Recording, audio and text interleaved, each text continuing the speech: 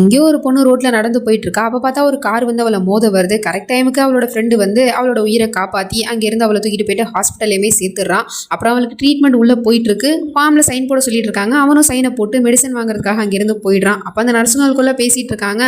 என்ன ஒரு சைனை மட்டும் போட்டு போயிட்டாரு. அந்த பொண்ணுக்கு அவர் என்ன ரிலேஷன்னு தெரியலையே அப்படின்னு சொன்னா, அவங்க பிரெக்னெண்டா இருக்காங்க அப்படின்னா இவர் கண்டிப்பா அவங்களோட புருஷனா தான் இருக்கும். ஸோ புருஷன்னு சொல்லிட்டு எழுதிக்கோ அப்படிங்கிற மாதிரி சொல்லிட்டு அந்த ஃபார்ம்ல எழுதிடுறாங்க. மறுநாள் ஆனதும் அந்த பொண்ணு ஏற்கனவே புருஷன் மேல டைவர்ஸ் கேஸ் போட்டிருப்பா இல்லையா. ஆனா வக்கீல் எல்லாரும் வாதாடுறதுக்கு முன்னாடி காசு கேட்குறாங்க. நிறைய பணம் இருந்தாதான் உங்களோட கேஸை நாங்கள் எடுத்துப்போம் அப்படிங்கிற மாதிரி சொன்னது இவளுக்கு என்ன பண்றதுனே தெரியல. கையில சுத்தமா காசும் கிடையாது இவளுக்கு கொடுக்கறதுக்கு.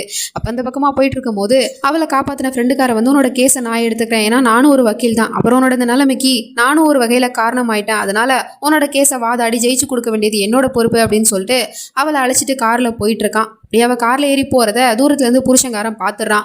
அவனுக்கு இவங்க ரெண்டு பேரையும் பார்க்கும் போது ஏதோ தப்பான உறவுல இருக்கிற மாதிரி சந்தேகம் வருது. உடனே நேரா கிளம்பி பொண்டாட்டியோட வீட்டுக்கு போயிட்டா. அங்க போய் வீடு ஃபுல்லா தேடிக்கிட்டு இருக்கான். என்ன தேடுறீங்க, யாரை தேடுறீங்க அப்படின்னு கேட்டா, உன்னோட பாய் ஃப்ரெண்டு, அதான் என்னோட ஃப்ரெண்டு, அவன் முந்தானே பிடிச்சிக்கிட்டு பின்னாடியே தானே வந்தான், அவனை நீ வச்சிருக்கியா அப்படின்னு சொல்லிட்டு அந்த பொண்ணை பார்த்து ரொம்பவே தப்பா பேசிட்டு இருக்கான். இதுக்கப்புறம் என்ன நடந்துச்சு அப்படின்றது தெரிஞ்சுக்கணும்னா கீழே இருக்க லிங்க் கிளிக் பண்ணி பாருங்க. அப்புறம் மறக்காம நம்ம சேனல் சப்ஸ்கிரைப் பண்ணிக்கோங்க. தேங்க்யூ.